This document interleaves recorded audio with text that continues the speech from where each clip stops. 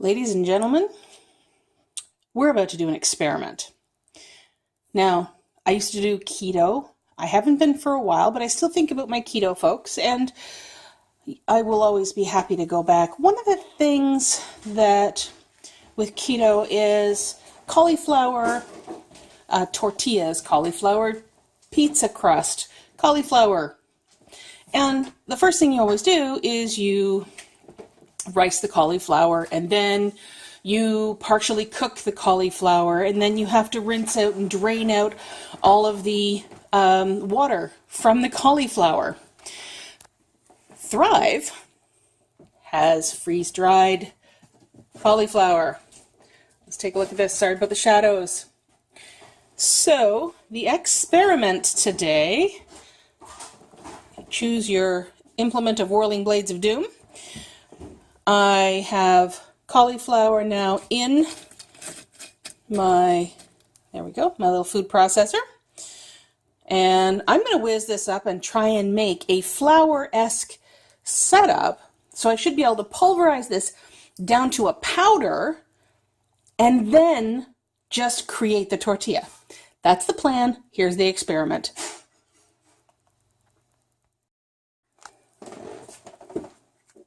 Let's see.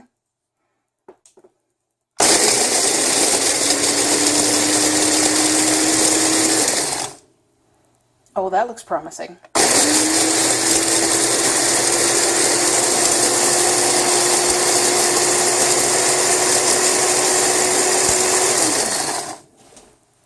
Oh, this is going to be great, I think.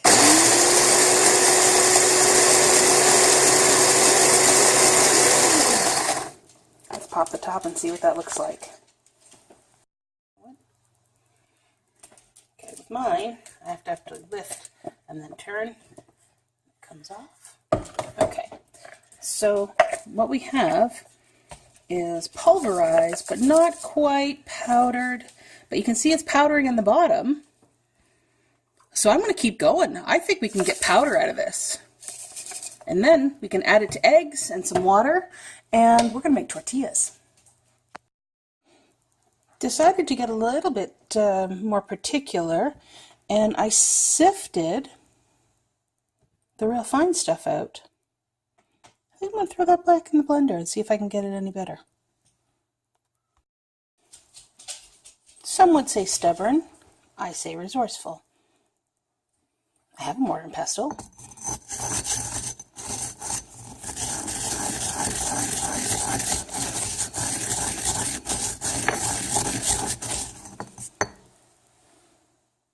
Getting finer.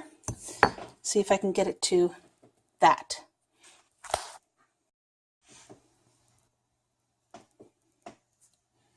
I'm going to call this a success, I think.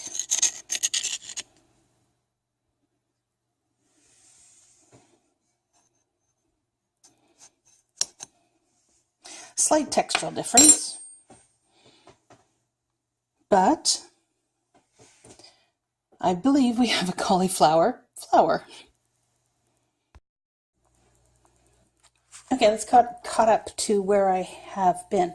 I've been using generally the Keto Connect recipe for fathead pizza and cauliflower pizza. So I took the cauliflower pizza recipe and added cream cheese, and I did what else did I add? That's it. So no almond flour.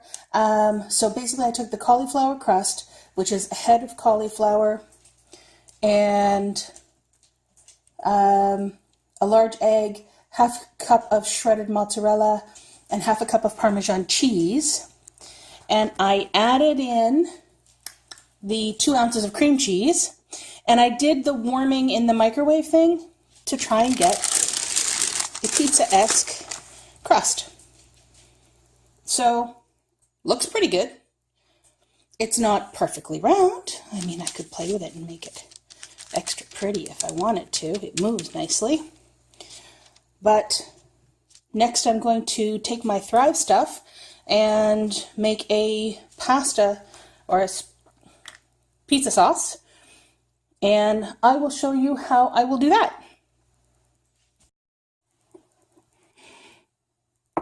I was making some decisions as to what I wanted on my pizza. So I've decided I want some red peppers, I want some green chilies, some spinach. I've got some chicken here that's left over. So I'm just going to reconstitute some of these vegetables. 1, 2.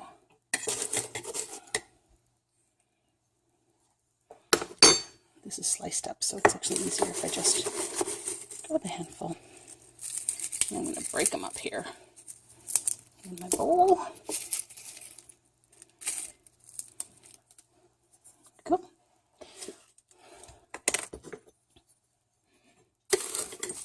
Excuse that. Sorry. Okay, spinach.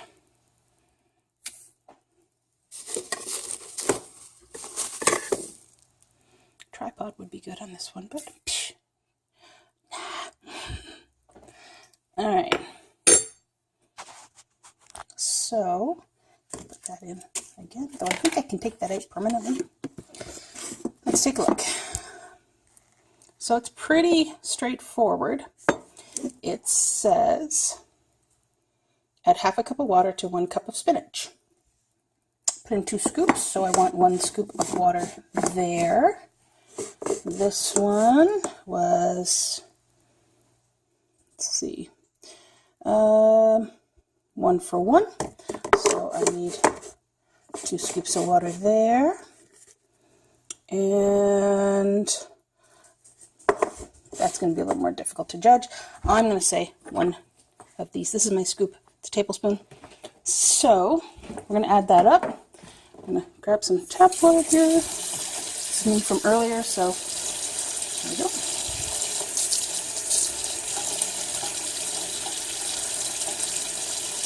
One.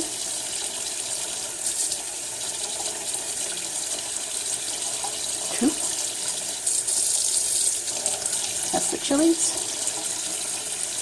1 for the spinach. And 1 for the peppers. I'm going to throw a little bit more in there just to be safe.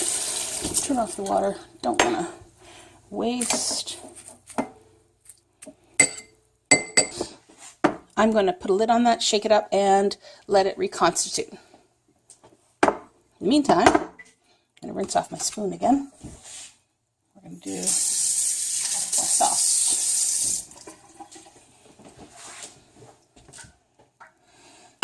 No, I'm going to get a dry one. That would have been a bad idea. Okay, want pizza? Don't have to go to the store and buy any pizza sauce. 1.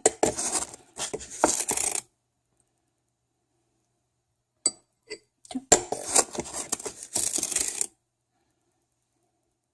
3. Put some lids on here.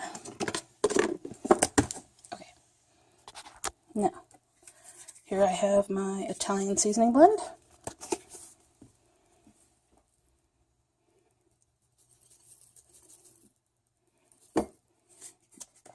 Which, by the way, has oregano, basil, rosemary, thyme, marjoram, sage, and savory. A little bit more than you usually put into pizza. But I expect this is going to be nummy. Okay.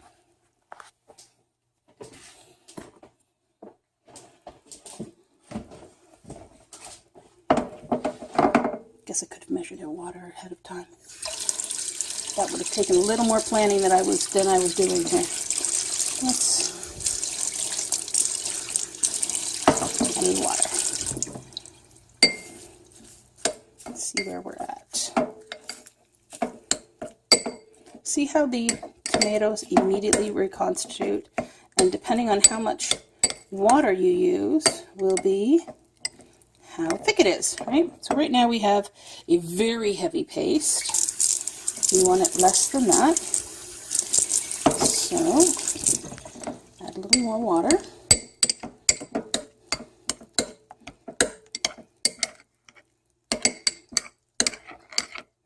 by the way. The ingredients on that tomato can are tomatoes.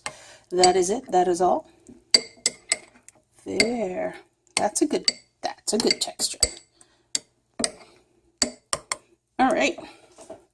So, here we go. Let's build a pizza.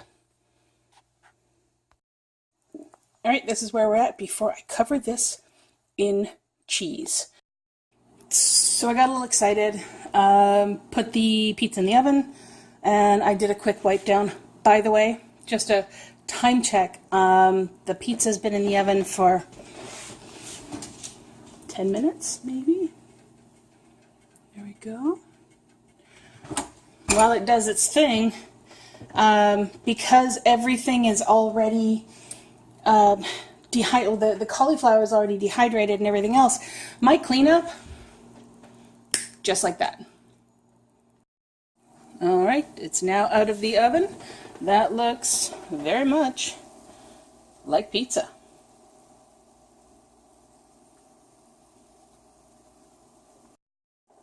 All right, pizza cutter.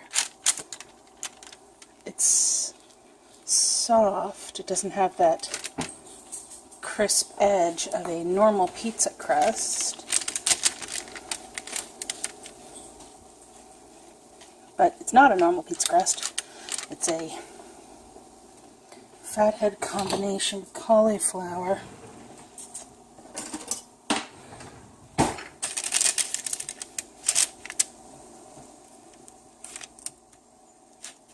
Didn't quite cut there, sorry. There we go. Alright.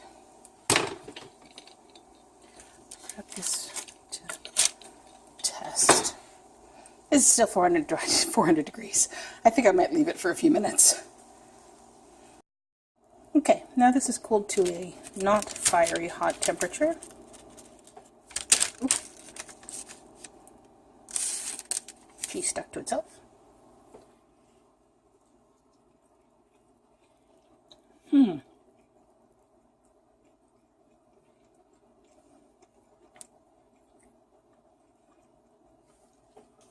That's standing up pretty good. Hang on. Let me show something.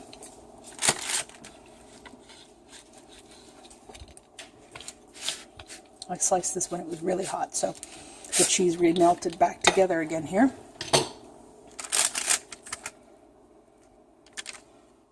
That is standing up pretty good like a pizza. Let me just proper depiction here. There we go. There we go. Huh. All right, that worked out really well. I like the taste, but I am, more open with my flavor profiles than, say, somebody like Reese is. So let's get Reese's opinion. And yeah, one sec. Hey, honey, will you come here and try the pizza, please?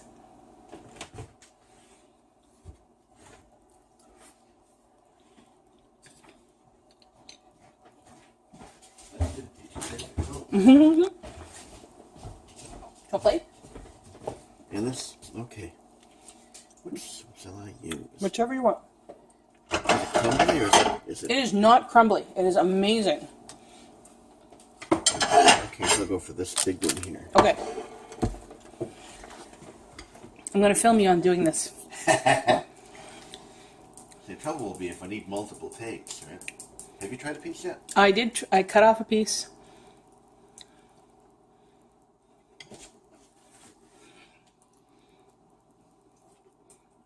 Be honest. Now, you have never tried any keto crusts.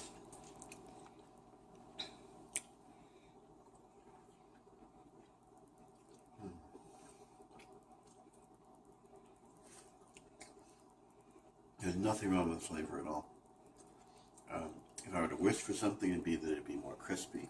Mm-hmm. But that's just a preference thing. It's good. Cool.